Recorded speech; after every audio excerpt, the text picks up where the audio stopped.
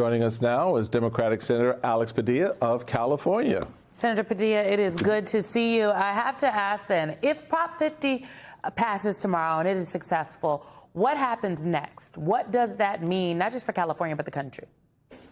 Right. No, I appreciate the question. Look, I, like the governor, am very confident Proposition 50 is going to pass.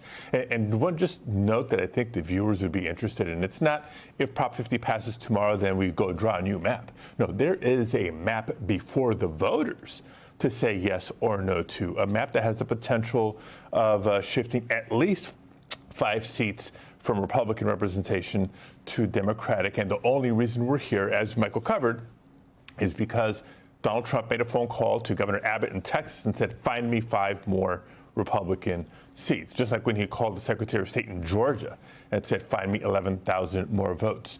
They're doing so poorly. The Trump MAGA Republican record is so harmful to the people, not just unpopular, but harmful. Their only shot at clinging to power next year is to rig the election before it starts. And for them, it started with redistricting. So what happens next? Prop 50 passes. There's a new map through which members will run for Congress in the 26th cycle next year, the 28th and the 30th cycle. And then come after the next census, we go back to this independent redistricting process in California, which, by the way, is the national solution. All 50 states should have independent redistricting commissions once every 10 years after the census. But there's just so much on the line right now. We know the stakes, the danger of this out-of-control administration. It's not a surprise that the voters of California, the people of California, are standing up to Trump by passing Prop 50. Senator, as we were coming into the interview, our executive producer reminded us it's just a few months since we all watched federal agents tackle you to the ground at a presser with Secretary Noem. I think I say that as a reminder of how quickly we have seen the evolution of authority from this administration. I'm watching a lot of things tomorrow, but particularly interested, given that I'm from New Jersey, in what's going to happen in Passaic County. It is, of course, a plurality Latino county, looked to very often as a bellwether for where Latino voters could be. I've been speaking with lots of folks on the ground, and it is notable that where people are watching the Latino vote is also the only county in New Jersey where they're going to be DOJ-issued election monitors. You are seeing those same election monitors dispatched to your state, to California. And I wonder, just anecdotally, as you have been speaking with organizers and folks on the ground, if you have any sense that they have either motivated people or had a chilling effect, the fact that these election monitors are going to be there. Yeah, well, look, it's not really a surprise here, right? We know Trump will do anything to try to intimidate, try to stoke fear or even terror into the minds of people who may disagree with him. And you can go back to when we first launched this Proposition 50 effort to begin with. It was a press event in downtown Los Angeles, and surprise, surprise, dozens of ICE and Border Patrol agents were dispatched to that same location to try to intimidate the people coming in to participate in the kickoff. And so it's just another example of this out-of-control administration. Their failed economic policies, their overreach on supposed immigration enforcement. It's truly a mass deportation agenda that's rounding up not just legal immigrants, but citizens and even veterans. And the only way to rein it in is not the Republican majority in Congress, right? They're just giving the president whatever he asks for. So let's flip the House. Let's even flip the Senate. Let's flip both chambers in the next year midterm elections.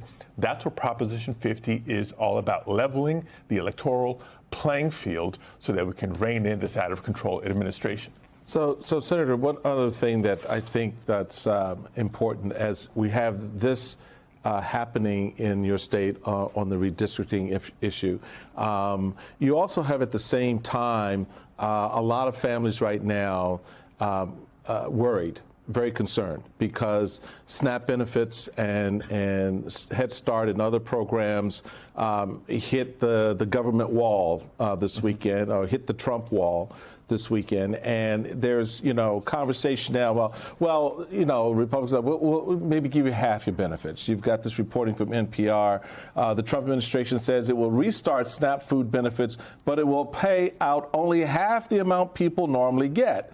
The administration warns there could be lengthy delays before benefits get into the hands of low-income families who depend on SNAP to put food on their table. as those voters go to the polls tomorrow, not just in your state on Prop 50, but for selecting a governor in New Jersey and Virginia, dealing with judges in Pennsylvania and elsewhere, local elections around the country, these families now have something else that they have to consider. Right. How this administration and those that support this administration up and down the line. This is not just about federal. This touches everything. State government, as a former state official, I can tell you, when the feds messed up, state people felt it too, right? Right. Talk about that. How does that inform the voter, knowing that the president's talking about, oh, well, I'll give you half of what you are due to feed your family? Look, the contrast could not be clearer.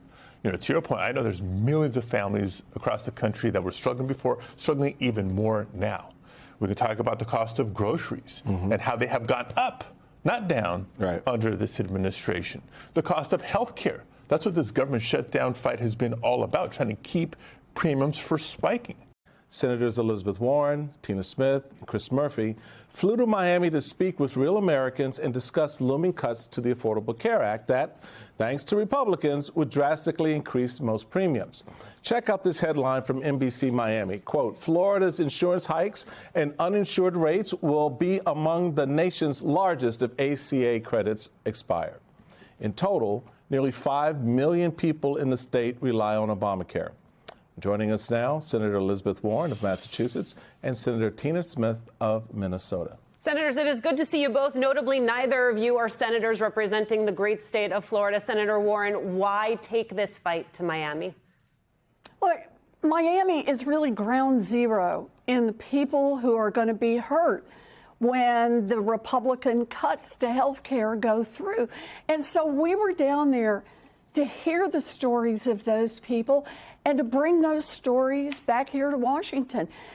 You know, look, we've got to have people here up close and personal what it means to take away health care. We heard from a woman today who talked about both halves, what it's like not to have insurance and what it's like to have insurance. Her husband has type 1 diabetes. They were not able to afford insurance years ago. He had seizures. He was in and out of the emergency room. And then 4 years ago, they qualified for Obamacare with these subsidies. They've managed through it. He has not been back to the emergency room. She now has melanoma and is working through her cancer treatments. And they both have gotten now their premiums and said that if those premium increases go through, they're not going to be able to keep their insurance. And that means she was literally talking about, does my husband give up on his diabetes care and end up over and over in the emergency room? Or does she give up on her treatment for melanoma and gives up on that? I just want to say, you know, the Republicans need to sit down and talk to their own constituents about what it will mean to take away health care from all of these folks. These are good people who do their best, and they're scared to death because they're about to lose their health care.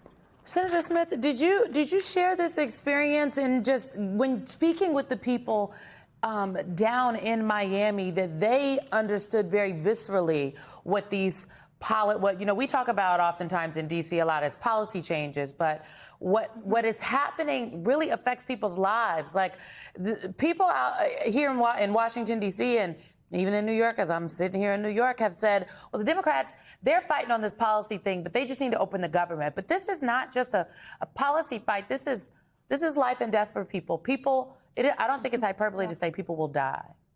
No, it's absolutely right, Simone. And this was what was so powerful about this conversation today that Elizabeth and Chris Murphy and I had, because people were really just laying it out there. They were telling very personal stories about their lives. I mean, we talked to this one. This is brutal for Trump. Senators are making it clear that they're seizing this opportunity to expose Trump and to exploit his weakness. Because in politics, it's a vicious cycle. When a president takes a loss, senators from their own party and from the opposition sense blood in the water. They move to pass laws to stop him, to fight back, to block his agenda. When a president is popular, people bend to his will. When a president has been winning, even those from the opposition sometimes bend to his will. Remember some of the bad laws and terrible decisions George Bush made after 9/11. Many of you remember this. If you're younger than me, you might not. I was in high school at the time, and he got away with a lot of it because the country was obviously shaken by the horrific events in New York, but also because he was very popular. Bush remained very popular for the first couple of years after that tragedy, and it made a lot of Democrats afraid to oppose him, so they kind of let him get away with everything.